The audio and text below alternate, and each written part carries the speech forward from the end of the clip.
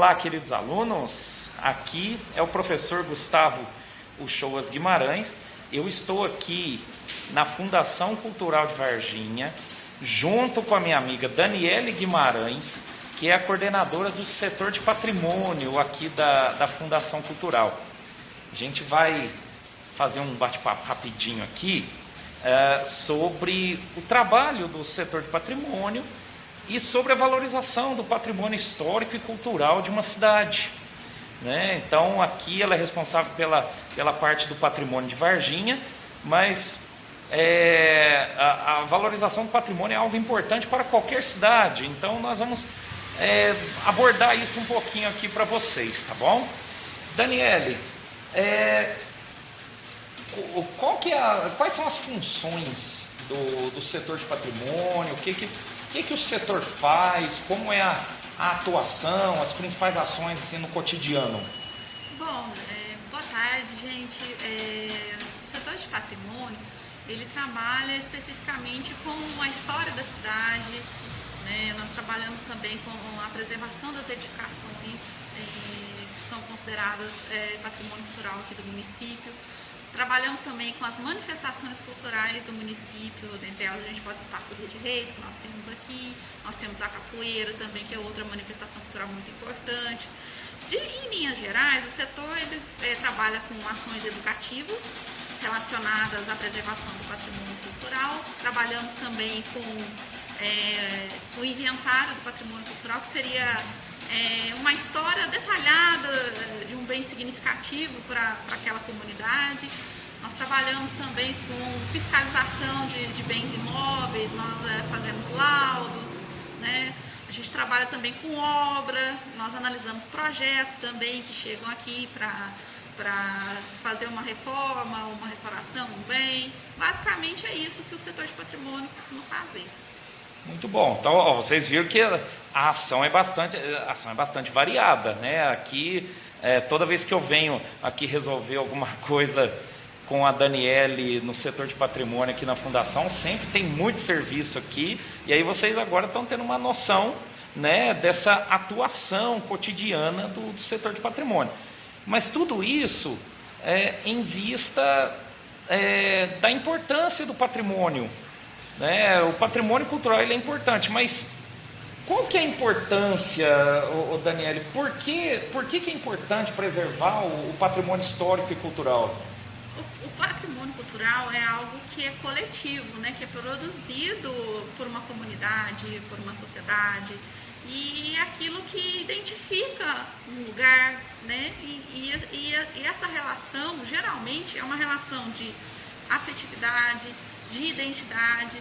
Então, por exemplo, um patrimônio cultural para mim, no caso, eu posso considerar, por exemplo, aqui a estação ferroviária para mim é um patrimônio cultural, porque ela foi muito importante para o desenvolvimento econômico da cidade, social também, né? No caso antropológico, e tudo mais aqui nesse sentido, ela foi muito importante para a história da formação da cidade, mas podem haver pessoas que não acham relevante a estação ferroviária como um patrimônio cultural. Por que eu estou falando isso? Porque às vezes a estação ferroviária não está inserida no cotidiano daquela pessoa, né? Então a gente só ama, conserva e preserva aquilo que nós nos identificamos, que faz parte da nossa memória individual e afetiva também. Né? Aí depois ela pode se transformar em memória coletiva, várias pessoas podem identificar aquilo como uma referência cultural, né? Que é importante para preservar o patrimônio cultural de forma geral. Muito bem, então está aí, meus queridos alunos, né, a nossa breve participação aqui com a Daniele. Daniele, muito obrigado, viu? É muito importante a gente, eu falo isso sempre para os meus alunos, sobre o diálogo da história com outras áreas, com outros setores. Então, você conversar com quem trabalha com patrimônio, você conversar com quem atua na sociologia, na geografia, na área de museus, tal, é sempre muito importante, porque está tudo interligado e ajuda a compreender a história. Daniele, muito obrigado. Eu que agradeço aí pela parceria de sempre e a gente está à disposição aqui dos seus alunos, caso eles queiram conhecer um pouquinho mais aí dos nossos patrimônios protegidos, da história da cidade, a gente está aqui à disposição. Muito bem, então. Obrigado. Tchau, tchau, alunos. Até mais.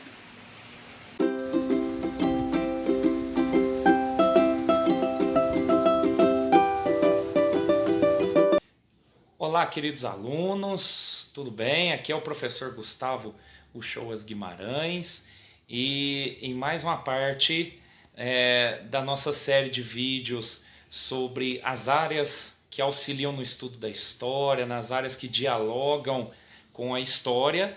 Eu estou aqui com o meu amigo Lindon Lopes, diretor do Museu Municipal de Varginha.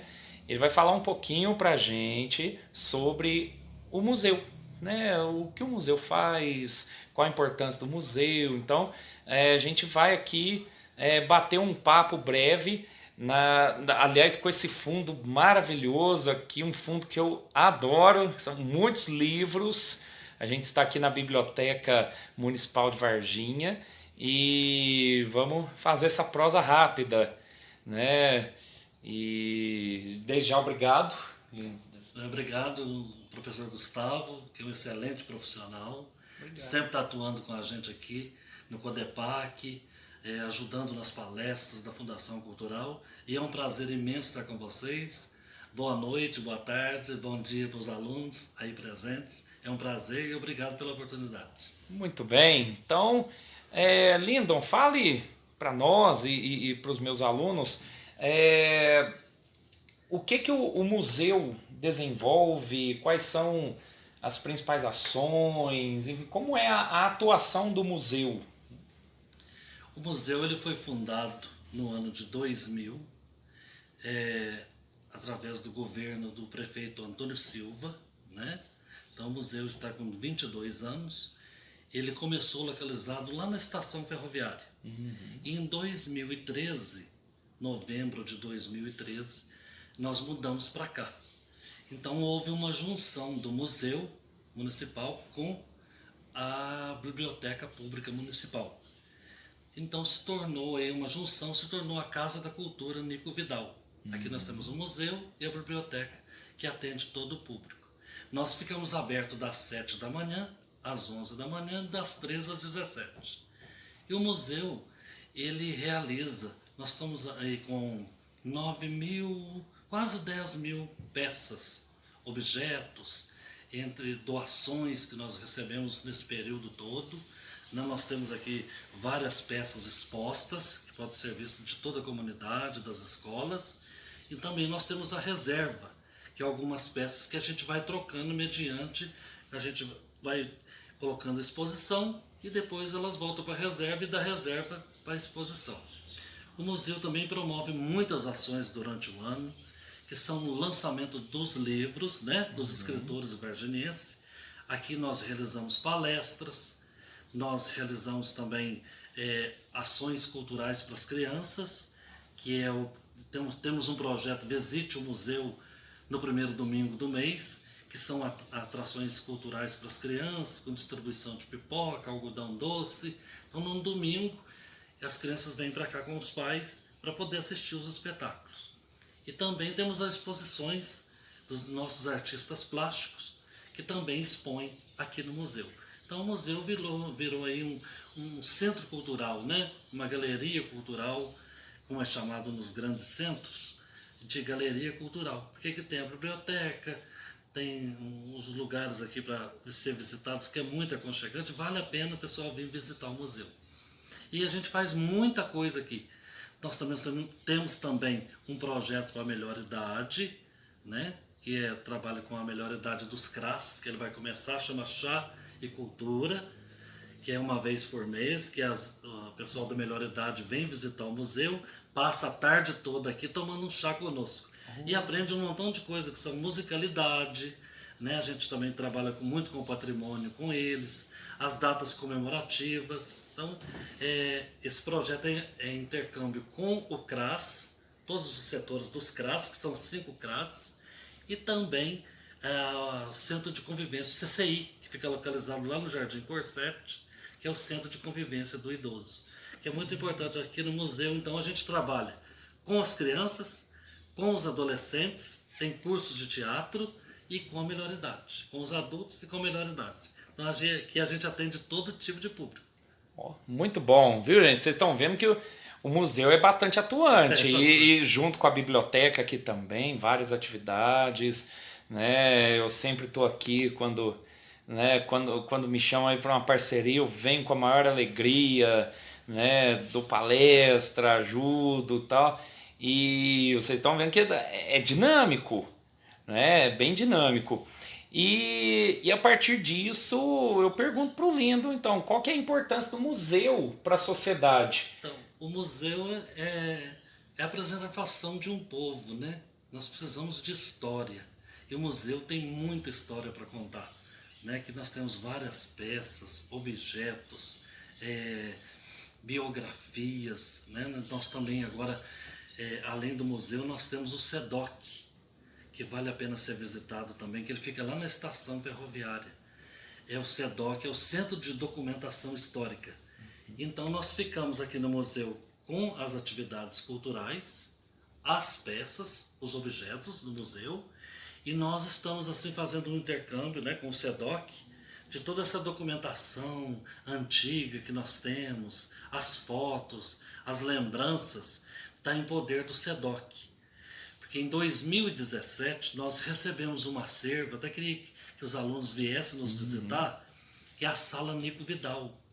O Nico Vidal, ele guardou a história de Varginha, então são fotos raríssimas, né, que faz bem para os olhos da gente ver essas fotos, porque ele cedeu, são 500 objetos na época que a gente ganhou, da família do Nico Vidal, são 8 filhos. Eles doaram para nós esse acervo maravilhoso que era do Nico Vidal, e nós temos a Sala Nico Vidal, que tem essas fotos, tem toda o que era dele, né? A gente conseguiu colher a carteira de trabalho, a máquina que ele escrevia, o óculos, os cartões dos clubes, né? O documento dele. Então eu pedi emprestado, mas prometi que não vou devolver.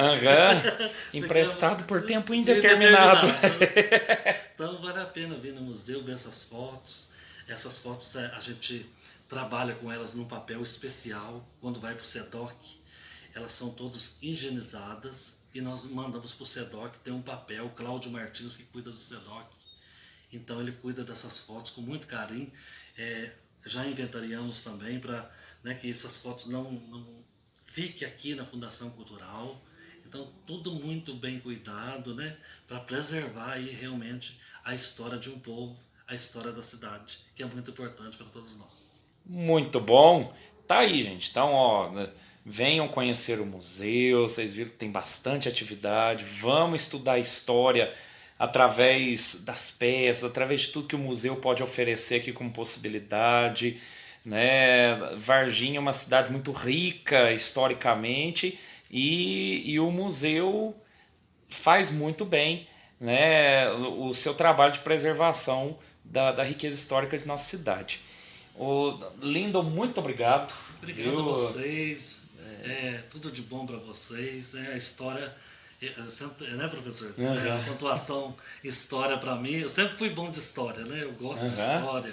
Era mesmo, viu? Então, já fui meu professor. Exatamente. Gosto da história. Então, para mim é muito importante. Eu gostaria que todos vocês viessem visitar o museu. Será um prazer receber vocês aqui. Muito obrigado pela oportunidade. Muito bom, obrigado vocês aí acompanhando. Até a próxima, se Deus quiser. Tchau, tchau. Até a próxima.